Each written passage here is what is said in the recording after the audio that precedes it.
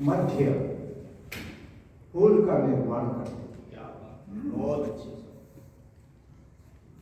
अब प्रश्न यह है कि किन मनुष्यों के मध्य पुल का निर्माण? सामान्य रूप से एक शब्द होता है जनता, पर समाज में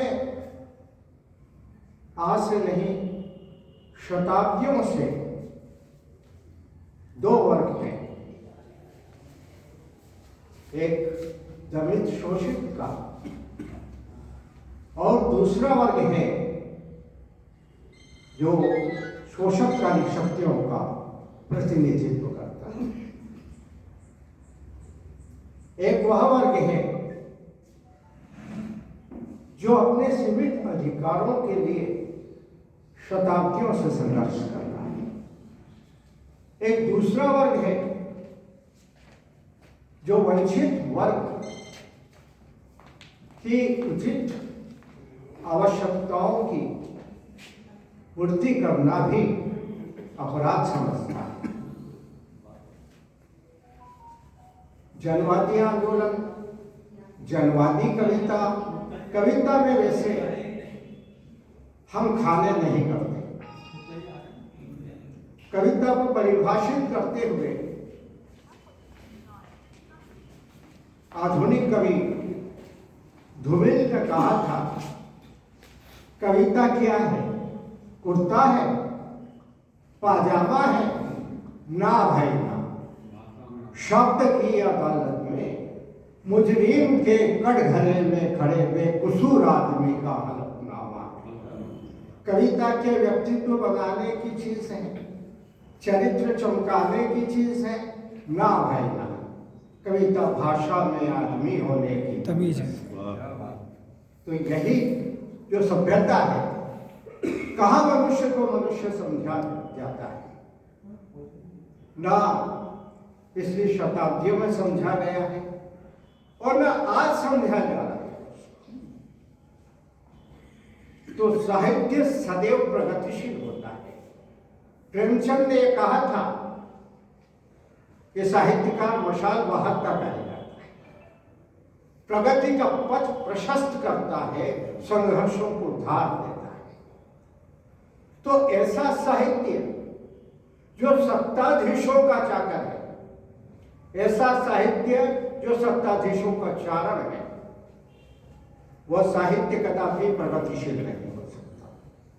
वही साहित्य प्रगतिशील होता है जो जन आंदोलनों, जो जनता के हित के आंदोलन है और दलित शोषित वर्ग के हित के आंदोलन है, उनको शक्ति और ऊर्जा प्रदान करता है। तो क्या साहित्य प्रचार का कार्य करता है? कदापि नहीं। अन्य कलाओं की तरह काव्य भी एक कला है, साहित्य भी कला है। वही काव्य, वही साहित्य श्रेष्ठ परिभाषित किया जाता है जो कला के मानदंडों पर भी खरा उतरता है और अपनी अर्थवत्ता में, अंतर्वस्तु में भी उतना ही मनुष्य का पक्षधर होता है। हम महाकवि निराला की बात करते हैं, बाद में हम मुक्तिबोध की बात करते हैं। मुक्तिबोध क्यों बड़े कवि हैं? मुक्तिबोध क्यों हमारे आदर्श है? कोशिश करो, कोशिश करो, जमीन में भी गड़कर जिंदा रहना।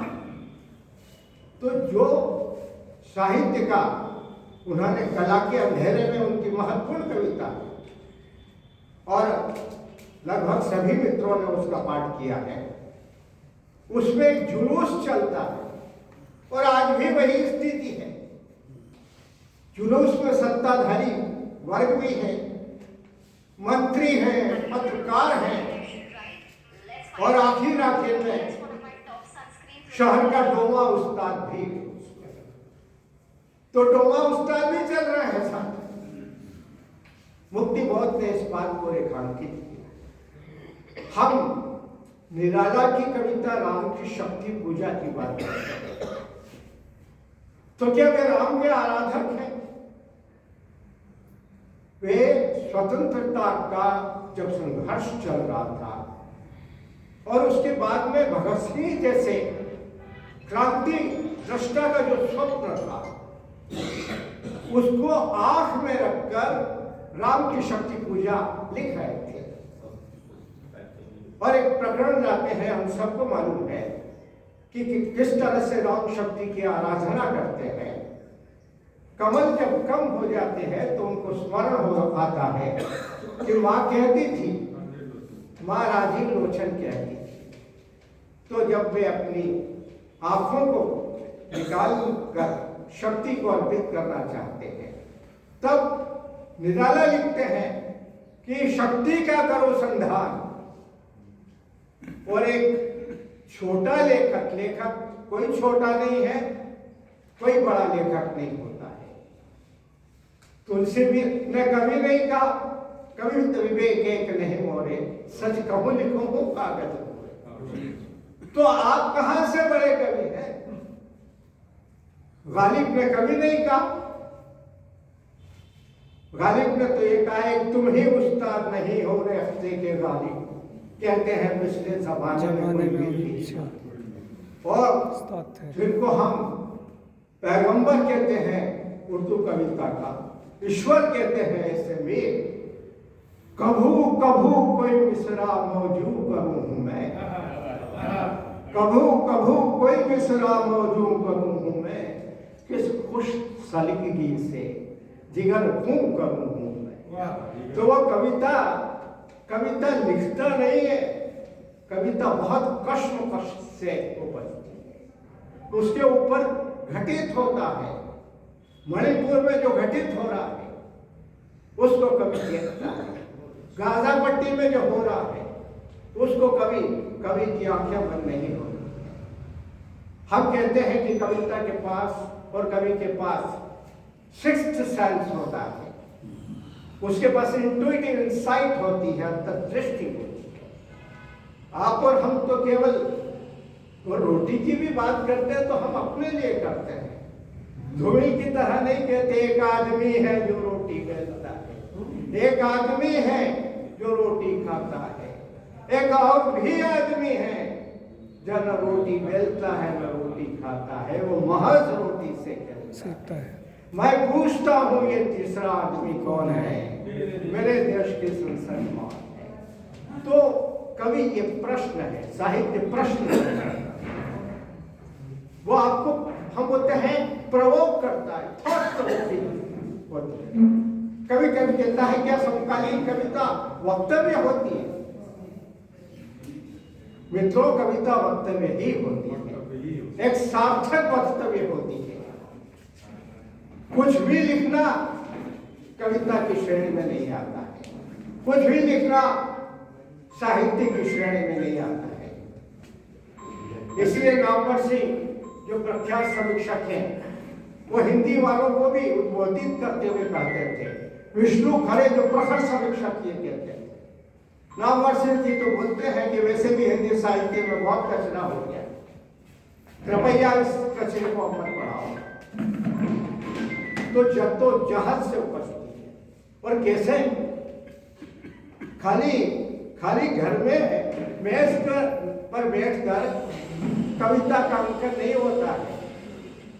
जो हमारे साथी मैदान में है, जो आंदोलन कर रहे हैं, संघर्ष कर रहे हैं, अरे उनसे हम कदम नहीं हो सकते तो कम से कम उनके आंदोलन के साक्षी तो बने। और आपको तो मालूम ही है, बहुत मुखर होने की आवश्यकता नहीं है कि किस तरह से जो चुनौतीमुखी आंदोलन हो रहे हैं, उन आंदोलनों को एक सिरे से विलोपित किया जा रहा है। सामान्य आदमी को मालूम नहीं है कि क्या घटित हो रहा है, उसको तो मजहब के खानों में बांट दिया गया है। आकाश का कौन सा मजहब होता है? कवि कहता है। तारों का कौन सा मजहब होता है? नदियों का कौन सा मजहब होता है? समुद्रों का कौन सा मजहब होता है? मजहब सिर्फ एक है कि जो मनुष्य के हक हैं, जो उचित हक हैं, वो उसको मिले। और जब तक नहीं मिलेंगे, खाली ये नहीं कि मेरे को मेरी थाली में भोजन हो जाए। हम अंग्रेजी में बोलते हैं man does not live by food alone, या man does not live by bread alone. Mao से तुम क्यों कहा करते थे कि यदि आपके पास में 2 पैसे हैं तो एक से रोटी खरीदो, दूसरे से फूल खरीदो। कविता फूल की बात करती है, रोटी की भी बात करती है, पर वो सम्मान की रोटी की बात करती है। हमारे जीवन में अवकाश क्यों नहीं है? एक आदमी आप देख लीजिए गोष्ठी में, अरे उसको अलस भोर से ही जो है अपने काम में इस तरह मुब्तला कर दिया गया है कि उसको समय नहीं मिलता। कहां से पेंटिंग करेगा? रविंद्रनाथ के पास तो बहुत समय था कि 60 वर्ष की आयु के बाद भी वे कला चित्रों का निर्माण कर रहे थे, संगीत की आराधना कर रहे थे। तो कला की आराधना के लिए, साहित्य की आराधना के लिए, संगीत की आराधना के लिए मैंने इसीलिए मीर का उल्लेख किया, तुलसी का। वे साधक थे, हम साधक नहीं है। उसके तकाजे हैं हमारे, रोटी उसका तकाजा है, बच्चों की फीस उसका तकाजा है, घर में दूध नहीं उसका ये तकाजा है। तो इसी जद्दोजहद में तो उसकी रचनात्मक शक्तियों का क्षरण हो रहा है। तो वो कहां से जो है ये करेगा, कविता लिखेगा। हमारे बहुत सीनियर अभी श्याम माहेश्वरी जी हैं, 93 साल की उम्र है। साकल या लंबी रस्सी से नदी नहीं बनती, लिखते हैं। नदी का पल पल, नदी की हलचल, निरंतर गुनगुनाती है नदी के स्वाभिमान का बोध। नदी निरंतर आगे बढ़ती जाती है, आगे बढ़कर पत्थरों को लुढ़कना सिखाती है। नदी से मिलकर टुकड़े टुकड़े हो जाता है रात और काले जंगल का सन्नाटा। तो हम उस नदी की बात करते हैं। वो हमारे जीवन में अवकाश होना चाहिए। जब अवकाश होगा तो हम कोई सृजनात्मक कार्य करेंगे। पर हमको इस तरह मुब्तला कर दिया गया है। शेष समय हमारा था तो बहुत योजनाबद्ध रूप से हमारे सामने ऐसे दृश्य जो माध्यम है उसके द्वारा हमको यहाँ उलझा दिया गया है, वहाँ उलझा दिया गया है। तो मैं आप बहुत मुखर नहीं होना चाहता, तो वो हमारा समय चला जाता है। बाकी समय, पहले मेरी एक कविता है कि पहले तो हम नंगी आंखों से प्रकृति के विराट संसार को देखते थे, मित्रों से मिलते थे। पर अब तो लैपटॉप है, मोबाइल है, तो मोबाइल से ही हमारा माथा नहीं उठता है। तो हम बायरन की तरह कैसे कहेंगे स्टार्स ये are the poetry of heaven, हम नहीं कह सकते। तो ये हमारा जो अवकाश है वो गैर जरूरी काम, रचनात्मक कार्य नहीं, समाज विरोधी कार्य। जो संस्कृति का महासमुद्र है, ये देश संस्कृतियों का महासमुद्र है, इसको बांटने में भी लगाया जाता है। तो इस तरह से सोचो, हमारे जलस्तर की एक कविता है डॉक्टर जय कुमार जी, क्या आपको सोचने की क्या आवश्यकता? हम है ना, हम सोच रहे हैं।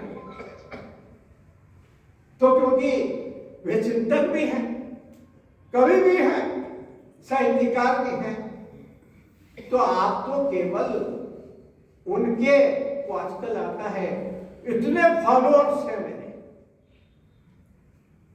तो ये जो सबसे जिनको हम बोलना चाहिए कि जो अरचनाशील है, मनुष्य विरोधी कार्यक्रम है, उनकी फॉलोइंग भी बढ़ी है।